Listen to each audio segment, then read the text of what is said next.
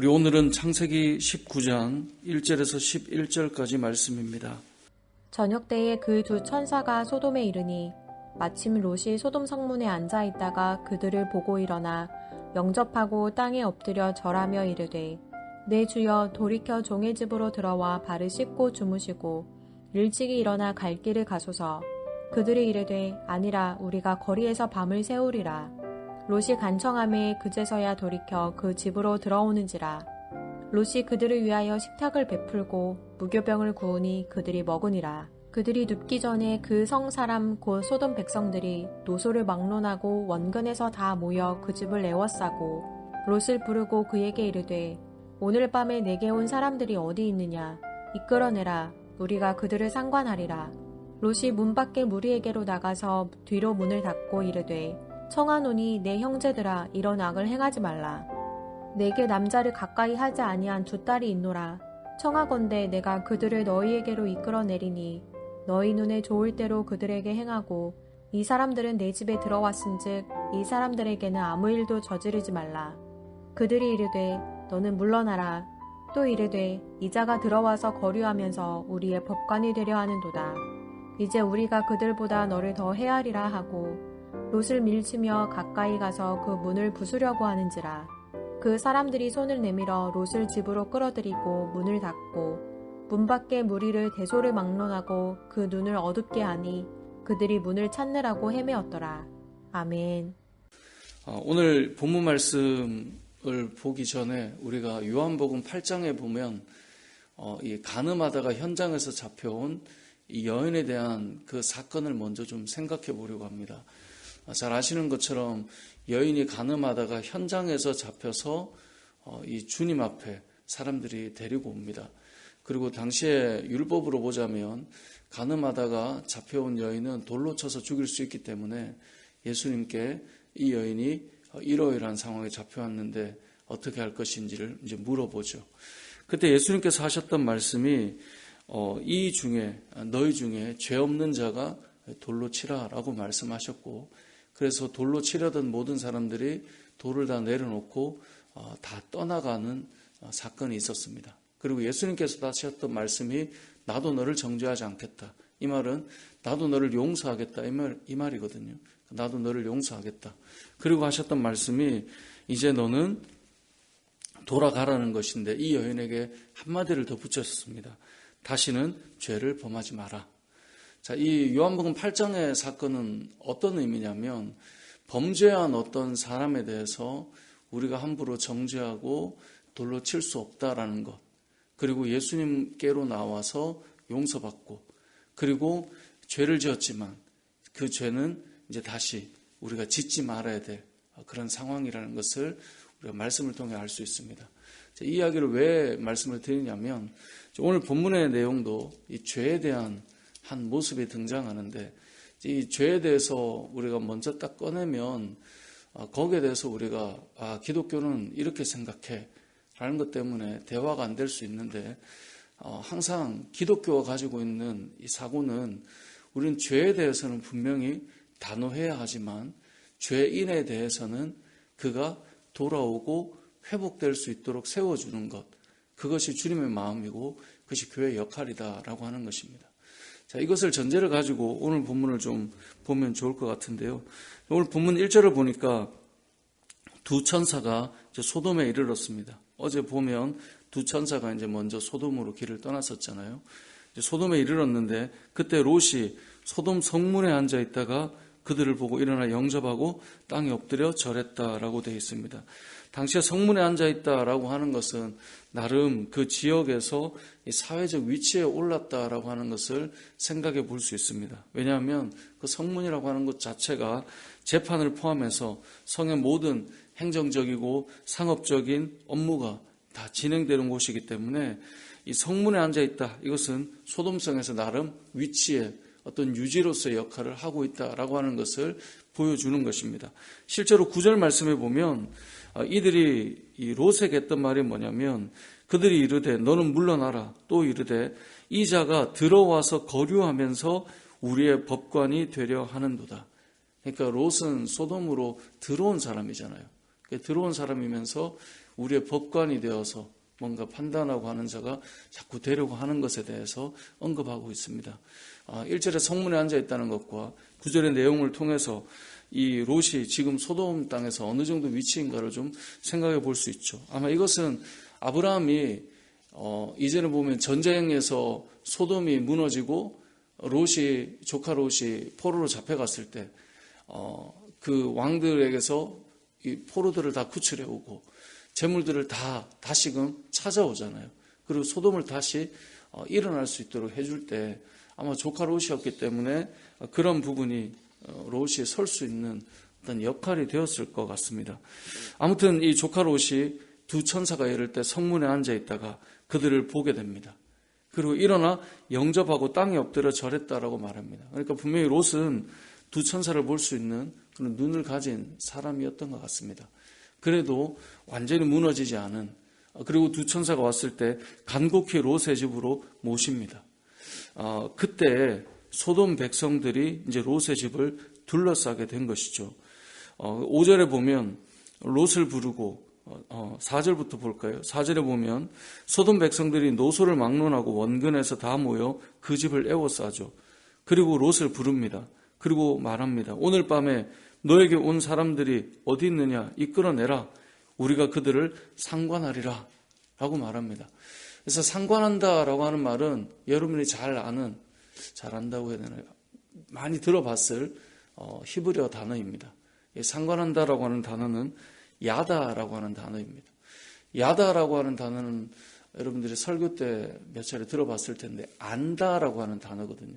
근데 이 안다라고 하는 단어는 그냥 지식으로 아는 게 아니라 부부가 성적으로 연합하여서 알 만큼 친밀함을 말해요.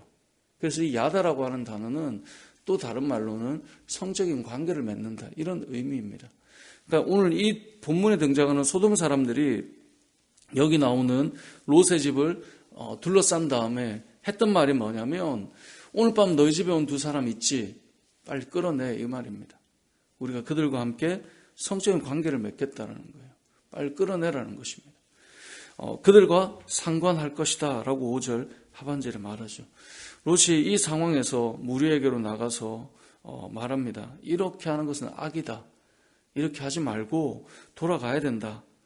만약에 그것이 안 된다면 우리 집에 이 두 딸이 있는데 그럼 두 딸을 너희에게 이끌어내겠다 라고 말할 정도로 그렇게 범죄하면 안 된다라고 하는 것을 알려주고 있는 것입니다. 하지만 이 사람들이 소리를 지르며 물러나라는 거예요. 그리고 너가 어떻게 들어온 사람이 우리의 법관이 되려 하고 우리를 판단하려고 하느냐라고 말하고 있는 것이죠. 그리고 문을 부수려고 하자 10절에 보면 천사들이 롯을 집으로 끌어들이고 문을 닫아버립니다. 그리고 그들이 문을 찾지 못하도록 눈을 어둡게 했다라고 하는 것이 오늘 본문의 내용입니다. 자, 오늘 본문의 내용을 볼 때 이 소돔 사람들의 모습을 보면 이 두 천사를 바라보며 그들을 끌어내라. 우리가 성적으로 관계를 맺겠다라고 하는 것인데 우리가 흔히 잘 아는 것처럼 이 소돔 사람들이라고 하는 영어 소도마이트라고 하는 단어가 여러분 잘 아는 것처럼 남색하는 자라는 뜻입니다. 그러니까 소돔성에 있는 사람들이라고 하는 소돔 사람들이라는 말 자체가 동성애자라는 영어적인 의미를 가지고 있습니다. 그리고 오늘 본문에 등장하는 이 사람들은 그렇게 성적으로 타락해 있다는 것을 보여주고 유다서 1장 7절을 보면 이런 말씀이 있습니다. 소돔과 고모라와 그 이웃 도시들도 그들과 같은 행동으로 음란하며 다른 육체를 따라가다가 영원한 불의 형벌을 받음으로 거울이 되었느니라. 그러니까 이 다른 육체를 따라간다 이 말은 하나님께서 만들어 놓으신 이 성이라고 하는, 다시 말해서 하나님께서 사람을 만드실 때 남자를 만드시고 여자를 만드셨죠. 그리고 남자와 여자를 통하여서 가정을 이루게 하셨고 생육하고 번성하며 세상을 돌보라고 말씀하셨죠. 그리고 교회도 보면 교회가 세워질 때 직분자를 어떻게 세웁니까? 한 가정에서 한 아내의 남편이 되도록 하셨습니다. 그러니까 한 여자의 남자로서 아내의 남편이 되는 사람이 감독이 될 수 있고 집사가 될 수 있다라고 말씀하고 있습니다. 그런데 오늘 본문에 등장하는 소돔 사람들은 그렇지 않았다는 거예요. 이들의 성적인 타락은 동성애로 이어져 있었고 그것이 범죄라고 하는 사실을 오늘 성경은 분명하게 알려주고 있습니다. 요즘 시대는 많이 좀 달라져 있습니다. 예전에는 이것이 죄라고 여겨지는 상황이었기 때문에 가려져 있다면 요즘에는 이것은 내가 성적인 지향성이라는 단어를 쓰면서 내가 좋아하는 것을 향해 나아가는 것. 그래서 지금은 그것이 문제가 되지 않는다라고 하는 것. 내가 즐거우면 선택할 수 있는 것이다 라고 하는 시대를 우리가 살아가고 있습니다. 그래서 이 동성애 자체를 불편하게 여기지 말아야 된다라고 이야기합니다. 그리고 실제로 영화를 보거나 드라마를 봐도 이제는 의도적으로 어떤 사랑의 이야기가 그려질 때 그런 동성애자들이 꼭 포함되도록 그려놓는 경우가 너무나 많습니다. 그것을 계속 보고 자라는 아이들 같은 경우는 어떤 생각을 하겠습니까? 너무나 자연스럽고 너무나 당연한 것으로 여기며 살아갈 수 있겠죠. 그런데 성경은 분명하게 이 부분을 죄라고 오늘 성경은 말씀하고 있습니다. 그래서 소돔 사람들의 특징, 이 동성 간의 어떤 성적인 즐거움을 취하는 것을 오늘 본문은 악을 행하는 것이다 라고 말씀하고 있고, 로마서 말씀을 보아도 이런 부분은 분명하게 죄라고 성경은 말씀하고 있습니다. 세상은 점점 더 성경과 다른 것을 허락해 주고 있습니다. 예를 들면 가정의 울타리를 넘어선 간통도 이제는 죄가 아니다라고 말하는 시대가 되어 있습니다. 불륜도 이제는 죄가 되지 않습니다. 왜요? 성적 자기 결정권을 지킬 수 있고 누릴 수 있다라고 말하기 때문에 그렇습니다. 하지만 성경은 분명하게 하나님께서는 그것이 죄라고 말씀하고 있습니다. 그래서 오늘 본문을 통해 우리가 분명하게 기억해야 될 것은 하나님께서 죄라고 말씀하시고 아니라고 하는 것에 대해서 믿음의 사람들은 단호하게 그 부분은 죄라고 생각을 하고 가지고 있어야 되는 거예요. 시대가 달라지고 세상이 달라져도 하나님께서 사람을 만드실 때 어떻게 만드셨는가를 기억하지 못하면 우리는 하나님의 뜻을 따라 살아가지 못하게 된다는 것입니다.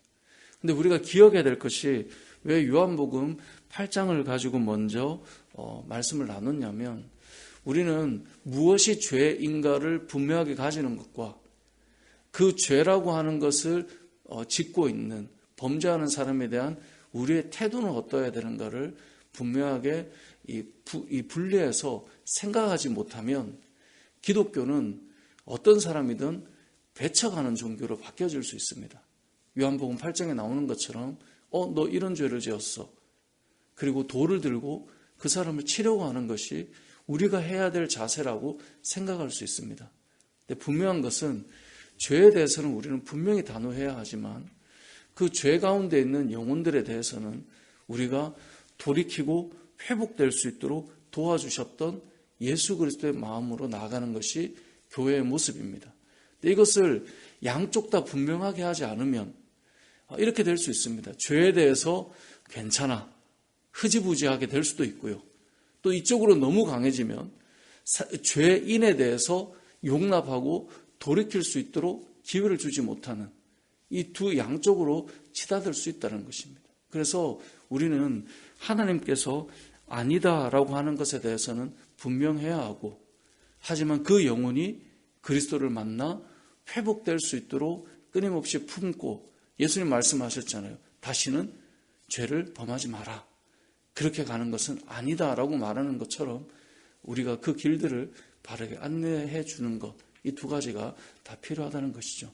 말씀을 정리해 보겠습니다. 오늘 본문의 내용은 소돔 사람들이 지금 어떤 행동을 하고 있는가를 말씀하시면서 그것이 얼마나 악한 행동인가를 설명해 주시고, 그리고 나서 결국은 소돔성이 멸망하게 되는 사건을 우리가 보게 됩니다.